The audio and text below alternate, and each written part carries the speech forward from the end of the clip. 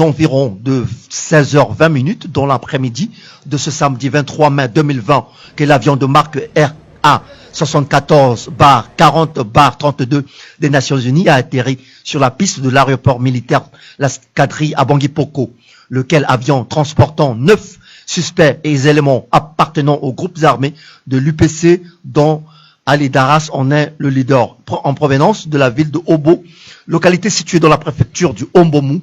suite aux affrontements les ayant opposés au cours de ces derniers temps face aux forces armées centrafricaines FACA. Combat au cours duquel les forces armées centrafricaines sont sorties vainqueurs et on a profité pour appréhender, vigoureusement repoussés par les forces régulières qui ont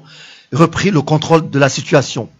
Cette démonstration de force de la part des forces armées centrafricaines prouve à quel point les autorités centrafricaines, à travers le gouvernement, sous le leadership éclairé du président de la République, chef de l'État, le professeur Faustin Archange Touadéra, s'engagent activement et efficacement à mettre fin à l'impunité dans le pays. Ces arrestations prouvent une fois de plus à suffisance que les autorités veulent tourner définitivement la page de la tolérance au profit de la répression. Et tel est le leitmotiv qui guide en ce moment le président de la République, chef de l'État, professeur Faustin Archange Touadéra et son gouvernement. L'heure n'est plus à l'impunité, mais plutôt à la justice. C'est le maître mot qui anime en ce moment les autorités centrafricaines à traquer l'un après l'autre tous ceux qui oseraient définitivement de près, tous ceux qui, de près ou de loin, oseraient défier l'autorité de l'État. Rappelons que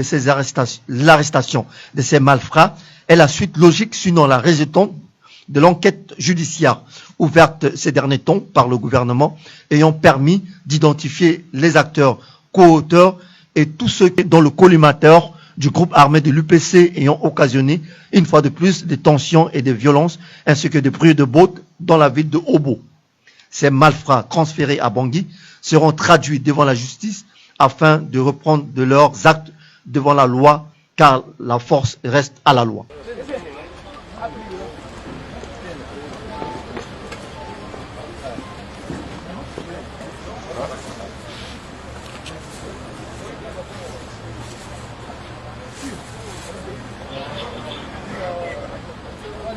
Oui, on va.